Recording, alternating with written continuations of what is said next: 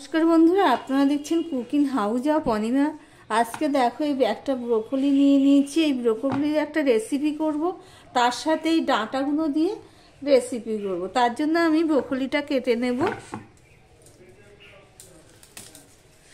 প্রথমে ডাঁটাগুলো আমি ছাড়িয়ে নিচ্ছি।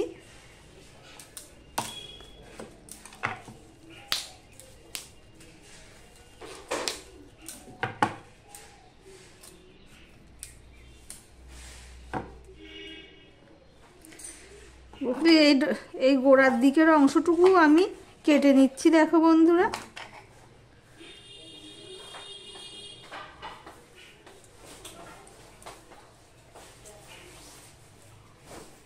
এইভাবে সমস্ত ব্রোকলিগুলো আমি কেটে নেব। আর এই ডাঁটাগুলো আমি কেটে নিচ্ছি। দেখো বন্ধুরা,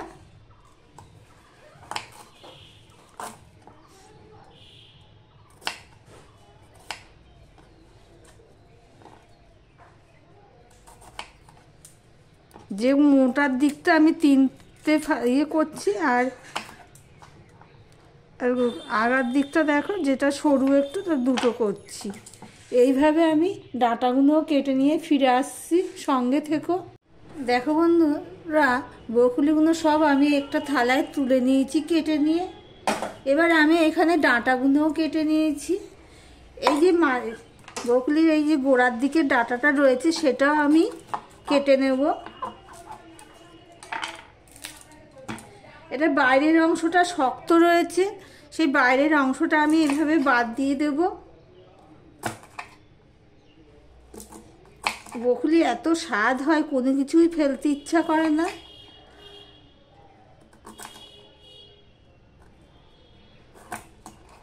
এই বাইরের অংশটুকু আমি ফেলে দিলাম, দিয়ে ভিতরে এই নরম অংশটা আছে দেখো বন্ধুরা, তা আমি কেটে নিচ্ছি।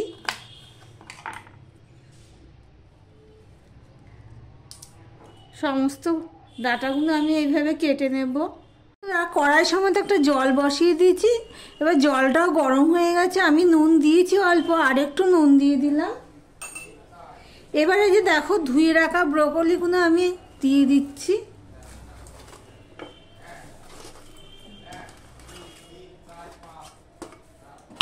এবার সম্পূর্ণটা ভালো করে মিশিয়ে নেব।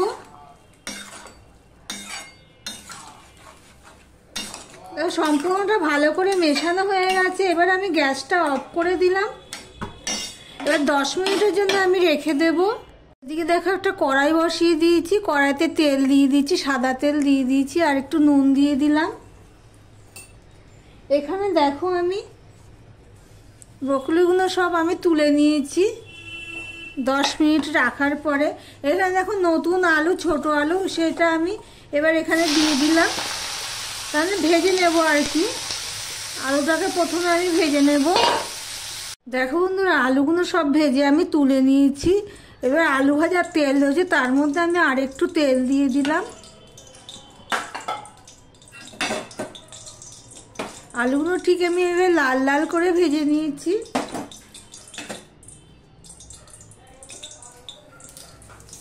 এবারে এর মধ্যে দিয়ে দিচ্ছি কালো জিরে। তোমরা চাইলে এখানে কালো জিরের বদলে পেঁয়াজও দিতে পারো, আর কালো জিরে পেঁয়াজ একসাথেও দিতে পারো। সামান্য একটু নুন দিয়ে দিলাম, কেননা ব্রোকলিগুলো সিদ্ধ হওয়ার সময় আমি নুন দিয়েছিলাম অনেকটাই। এবার দিয়ে দিলাম কাঁচা লঙ্কাগুলো।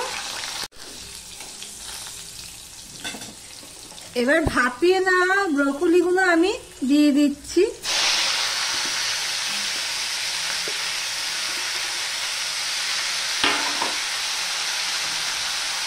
একটু হলুদ দিয়ে দিলাম। আলু ভাজাতে আমি হলুদ দিয়েছিলাম অফ ক্যামেরাতে। আমার ভিডিওটি যদি ভালো লেগে থাকে, লাইক কমেন্ট শেয়ার করে দিও। আর যারা নতুন বন্ধু ভিডিওটি দেখছো, এখনো পর্যন্ত সাবস্ক্রাইব করোনি, তাদেরকে অনুরোধ করব সাবস্ক্রাইব করে পাশে থাকার জন্য। ব্রোকলিগুলো আমার সব ভাজা হয়ে গেছে, দেখো কেটে যাচ্ছে, সিদ্ধ হয়ে গেছে। এই অবস্থায় আমি এখানে অল্প একটু চিনি দিয়ে দিলাম। এটা অপশনাল, তোমরা দিতেও পারো নাও দিতে পারো। এবারে যে ভেজে রাখা আলুগুলো আমি দিয়ে দিলাম, দিয়ে আমি একটুখানি এভাবে মিশিয়ে নিয়ে একটুখানি ভেজে নিলাম। তাহলে ব্রোকলি ভাজা তোমাদের কেমন লাগলো কমেন্ট করে জানিও। ব্রোকলি তো ভাজা হয়েছে, এবারে যে ব্রোকলি ডাঁটাগুলো আমি কেটে নিয়েছিলাম সেগুলো আমি ধুয়ে নিয়েছি। এখানে একটা কড়াইতে জল গরম করতে বসিয়ে দিয়েছি, জলটা প্রায় গরম হয়ে এসছে। এবার আমি একটু নুন দিয়ে দিলাম, দেখো ধোঁয়া উঠছে জলটার মধ্যে। এবারে এই অবস্থায় আমি এই ডাঁটিগুলো দিয়ে দিলাম। এতটাই উপকারী সবজি, এর কোনো কিছুই ফেলা যায় না। ঠিকঠাক করে রান্না করতে পারলে সবটাই খেয়ে নেওয়া যায়। এবার আমি 5 মিনিট এটাকে ফুটিয়ে নেব ঢাকা দিয়ে। দেখো বন্ধুরা, আমি 5 মিনিট ফুটিয়ে নিয়েছিলাম ঢাকা দিয়ে। এবার গ্যাসটা অফ করে দিলাম। এবার আমি কড়াইটা খালি করে নেব। দেখো কড়াইটা গরম হয়ে গেলে আমি এখানে সাদা তেল দিয়ে দিলাম।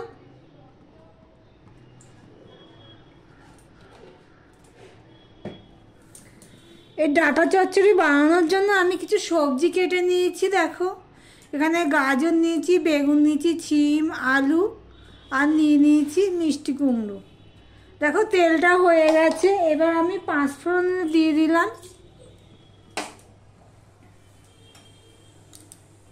দিয়ে দিলাম 2টো তেজপাতা, দিয়ে দিলাম নুন,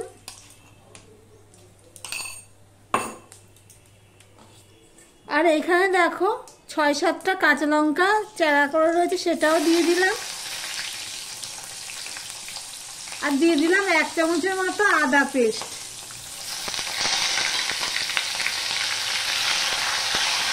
ফোড়নটা হয়ে গেছে। এবার আমি দিয়ে দিচ্ছি সবজিগুলো।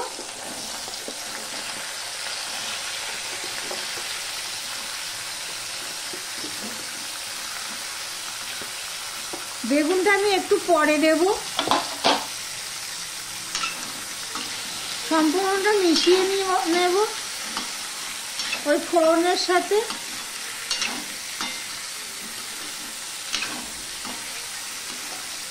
মেশানো হয়ে গেলে আমি যে ডাঁটা সিদ্ধ করে রেখেছি ডাঁটাগুলো দিয়ে দিচ্ছি।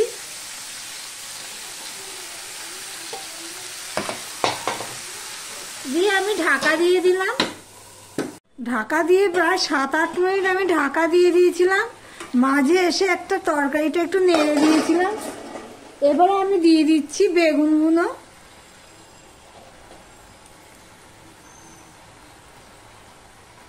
আমি স্বাদ অনুযায়ী আরেকটু নুন দিয়ে দিলাম, দিয়ে দিলাম হলুদ,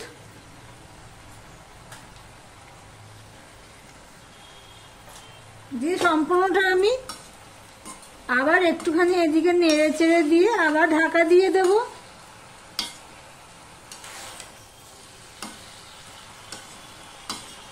তোমরা একবার ট্রাই করে দেখতে পারো।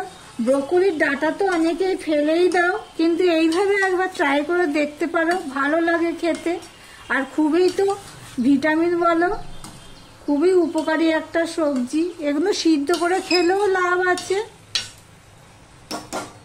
এবার আমি আবারও ঢাকা দিয়ে দিলাম। জানো তো এই তরকারিটায় জল পড়ে না, তাই জন্য ছোট করে দিয়েই করতে হয়, মাঝে মাঝে নাড়তে হয়। আমিও ঠিক তাই করেছি, মাঝে মাঝে এসে পুরো এরকম নেড়ে দিয়েছি।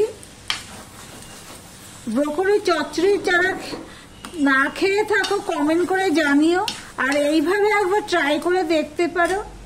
এবার আমি এখানে দিয়ে দিলাম 2 চামচের মতন চিনি দিয়ে দিলাম, দিয়ে সম্পূর্ণটা আমি মিশিয়ে নেব। আমার ভিডিওটি যদি ভালো লেগে থাকে প্লিজ একটা লাইক করে দিও। আর যারা সাবস্ক্রাইব করোনি ভিডিওটি দেখছো তাদেরকে বলছি চ্যানেলটি সাবস্ক্রাইব করে পাশে থাকার জন্য।